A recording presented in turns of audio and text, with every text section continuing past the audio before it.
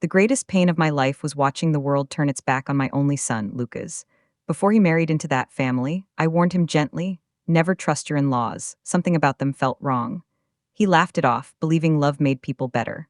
But 3 months later, he was dragged away in handcuffs, accused of a crime so carefully staged it looked undeniable. I visited prison every week, holding his trembling hands through the glass while his wife's family lived comfortably, untouched. 2 long years passed. People forgot him. But I didn't. Then one quiet evening, my phone rang, an unknown number, a trembling voice, and a confession that shattered everything I thought I knew. That call didn't just reopen the past, it rewrote it. And what followed was a path of truth, betrayal, and a justice they never expected. My name is Miriam Ashford, and I am 58 years old, and if there is one thing life has taught me, it is to listen when your heart whispers danger. When my son Lucas introduced me to his soon-to-be in-laws, something inside me tightened. Their smiles were wide but never reached their eyes, their compliments sounded like rehearsed scripts, and every comment about money, influence, or control came wrapped in sugar-coated charm. I gently told my son, never trust your in-laws, they're dangerous. Not because I disliked them, but because something in their presence felt cold. He laughed, kissed my cheek, and said love could fix anything. I prayed he was right, but deep down, a knot of dread formed in my chest. A mother always knows when a storm is coming, even when no clouds are in sight. She watched her son fall deeper in love than she had ever seen him. He began speaking with a softness in his voice that only love can create, convinced his new family simply misunderstood her. He reassured her constantly, promising that they were kind, generous, and welcoming. She didn't argue. She knew pushing harder would only drive him further from her. Still, the unease refused to fade. She noticed how often his in-laws inserted themselves into decisions, where he should live, how he should invest, even which friends he should keep. Whenever she gently questioned it, he smiled and said they only wanted the best for him. She smiled back, but her heart remained restless. Love may blind a man, but it never blinds his mother. The wedding was beautiful on the surface, crystal lights, soft music, perfect flowers arranged like a magazine spread. But beneath the glitter, she sensed tension wrapped in politeness. His in-laws moved like directors on a stage, orchestrating every detail while pretending humility. Guests whispered admiration, unaware of the control pulsing beneath each instruction. She stood quietly, watching her son beam with joy, wishing her heart could mirror his. When the family welcomed her with practiced embraces, she felt like a guest rather than blood.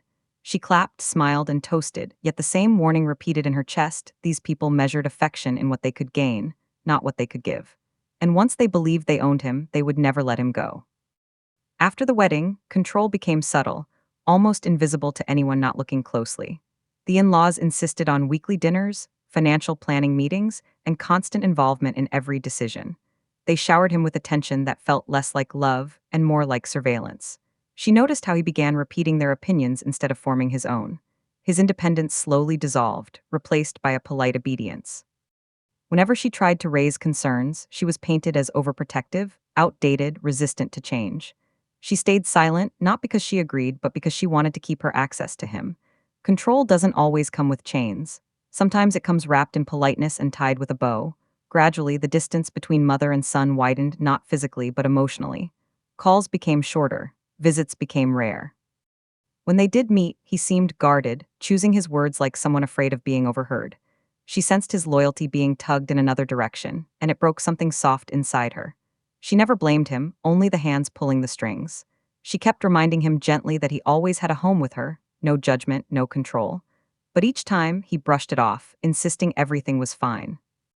She could feel him slipping away like sand between her fingers, and she wondered how long it would take before the truth finally showed its face. Then the strange financial movements began. Accounts shifted. Investments appeared in his name that he barely understood. Partnerships were created on paper but never discussed openly.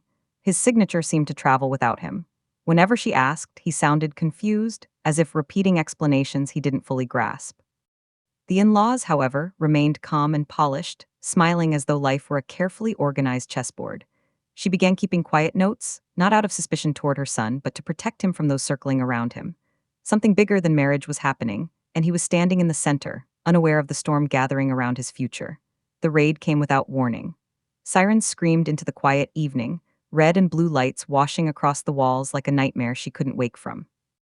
Officers poured into his home with firm voices and colder expressions, flashing warrants and accusations. Words like fraud, embezzlement, and conspiracy echoed through the rooms. His in-laws performed shock with theatrical precision, clutching their chests and gasping in disbelief. Meanwhile, her son stood stunned, insisting he knew nothing. She watched helplessly as handcuffs locked around his wrists, her heart tearing in ways she didn't know were possible. In that moment, the warning she had once whispered became a prophecy fulfilled, and nobody wanted to hear that she had been right all along. They didn't treat him like a confused young man, they treated him like a criminal who had already confessed.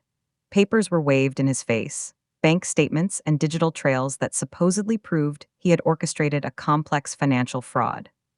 He kept repeating that he didn't understand any of it, that he had trusted his in-laws to manage certain investments, that he signed where they told him because he believed they meant well. But sympathy was absent. Handcuffs dug into his wrists, and neighbors watched from behind curtains, whispering. She wanted to run to him, to shield him the way she had when he was a little boy, but officers kept her back. Fear wrapped around her like cold chains. Somewhere beneath the noise, a quiet truth pulsed inside her. This wasn't a mistake. This was a plan. The in-laws played their roles with chilling precision. Tears, shaking hands, public statements about how they were devastated and betrayed. They spoke softly about trust, loyalty, and heartbreak while quietly securing control of financial accounts and business interests. People comforted them, believing they were the true victims of a greedy son and an overbearing mother. She watched every expression, every carefully chosen word. None of it rang with sincerity. It was all too polished, too prepared, as if they had rehearsed this scene long before it ever reached the stage. They mourned publicly while they profited privately. And the world applauded their pain, blind to the performance. When the case file finally became public, it read like a script crafted by a meticulous villain. Emails, signatures, transactions, all aligning so perfectly that even the judges commented on the clarity of the evidence. But she saw something different. Real life is messy, mistakes happen, people leave traces of doubt. Here, everything lined up too cleanly, as if someone had gone back and painted over the cracks. Lucas admitted he recognized some documents but swore he signed them under guidance, never understanding their purpose. He trusted the wrong hands. And those hands had sculpted a prison with paper instead of bricks. The more she read, the clearer it became. Someone wanted him buried so deeply that truth could never reach him. The courtroom wasn't a place for truth, it was a theater of humiliation. Prosecutors painted him as a cunning manipulator driven by greed. His defense crumbled under the weight of engineered evidence. She sat silently in the back, hands clenched, listening to strangers dismantle the character of the boy she had raised with love and discipline. His in-laws sat in the front row, faces arranged into expressions of heartbreak. When the guilty verdict was read, the sound that left his body wasn't a cry, it was the crushing of hope. He was sentenced, led away in chains, and she felt something inside her fracture in a way that would never fully heal. Once supportive neighbors now crossed the street to avoid her. The shopkeepers stopped making conversation. Old friends vanished into silence. People prefer simple stories, and this one was clear to them. A greedy son, a controlling mother, a respectable family was wronged. She didn't argue or defend herself anymore.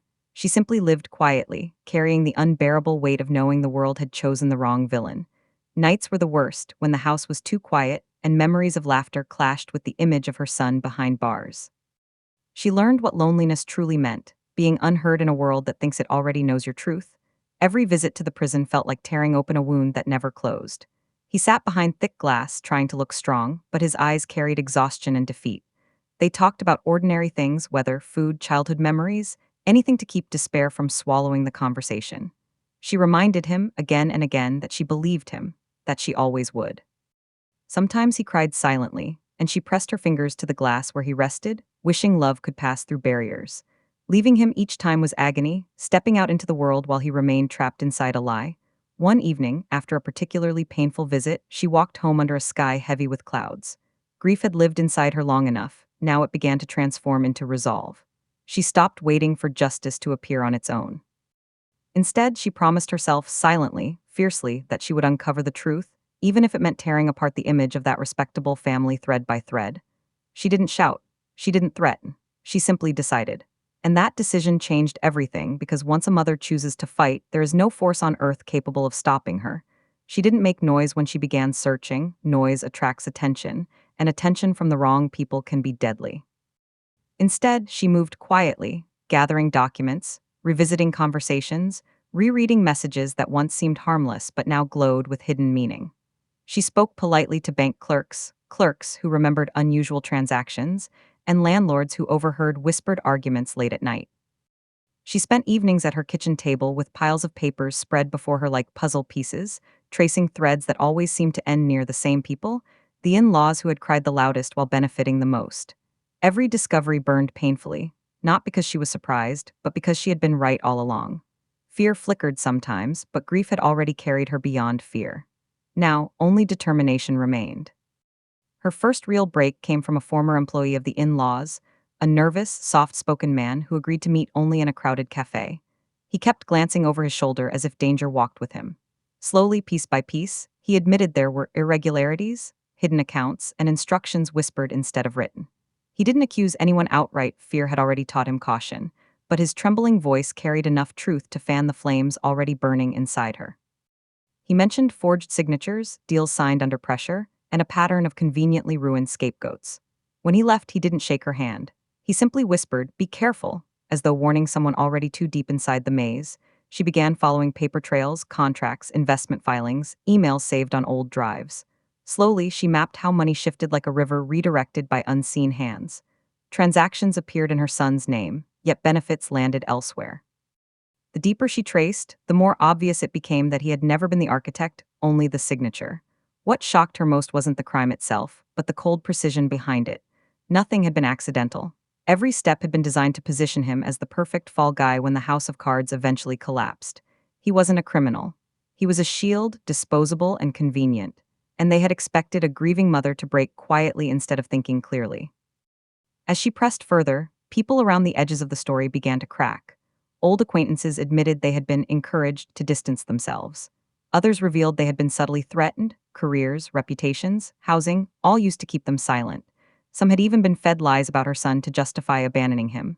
No one wanted to sign statements or testify. Fear ruled stronger than conscience. But their frightened words still stitched together a clearer picture. A network of manipulation, a circle of influence, a pattern of silencing anyone who strayed too close to the truth. She listened without anger. Anger clouds judgment. She needed clarity, not rage. She soon realized fear itself was the in-laws' greatest tool. People didn't remain silent because they believed the lies. They remained silent because truth is expensive, and the cost is often paid in safety, jobs, and relationships. She felt the weight of danger pressing closer as small warnings appeared. A car idling near her home at night, hushed voices when she entered a room, emails that vanished before she could reopen them. But rather than frighten her into retreat, these shadows only confirmed that her instincts had never been wrong. If truth made powerful people uneasy, then she was finally walking the right path. It wasn't paranoia, someone really was watching her. She began noticing the same figure in different places. Across the street from her home, a few cars back while she drove, lingering in the background during errands. He never approached, he simply observed. At first, dread wrapped its cold fingers around her spine.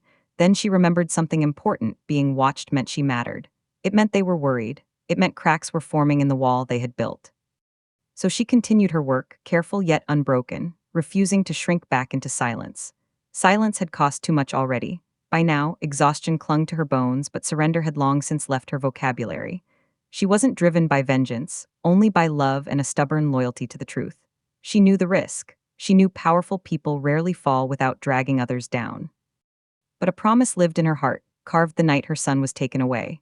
She would not stop until the world saw him as she did, not a criminal, but a victim of those who hid cruelty behind respectability.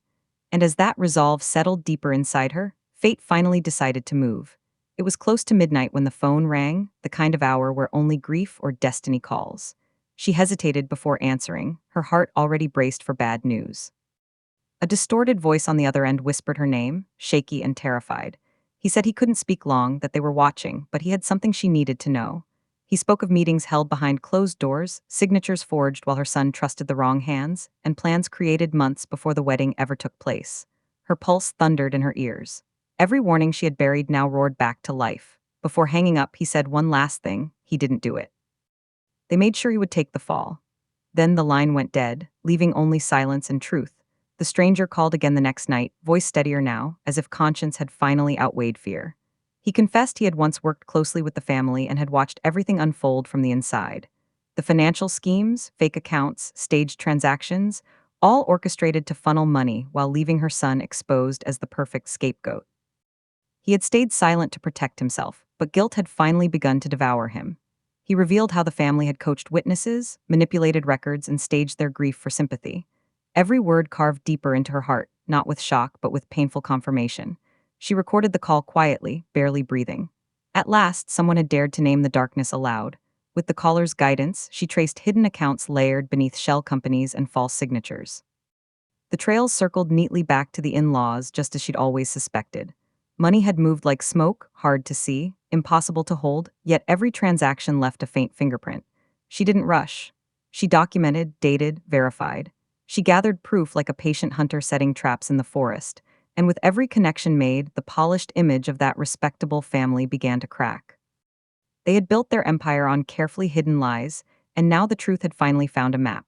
The caller finally shared his greatest weapon, audio recordings, secretly captured conversations filled with plans, laughter, and cold discussions about who would take the fall if anything went wrong. Her son's name was spoken casually, as if he were nothing more than a disposable shield. Hearing their voices turned her grief into quiet steel. This wasn't suspicious anymore. This was evidence. Real, undeniable, devastating evidence. She handed everything to a trusted legal contact, refusing to let panic push her into mistakes. Truth didn't need drama, it needed structure, and she was ready to build it. When authorities reviewed the files, their tone changed immediately. Investigators who once dismissed her now spoke with caution and respect. Meetings were scheduled, case notes reopened. The word appeal entered conversations where it had never been welcome before. She remained calm, refusing to celebrate too soon. She had seen how easily power could distort justice. But the shift was undeniable. The wall she'd been screaming at for years had finally started to crack. And through those cracks, daylight began to seep. When the news finally reached him in prison, he wept, not with relief, but with the release of 2 years of silent suffering. He had started to believe the world would never hear him. Now, his story had a voice beyond prison walls. She visited him, and for the first time in years, his shoulders didn't slump under defeat. They spoke of possibilities rather than endings. She warned him gently to stay patient. Truth moves slowly, but it never forgets its destination.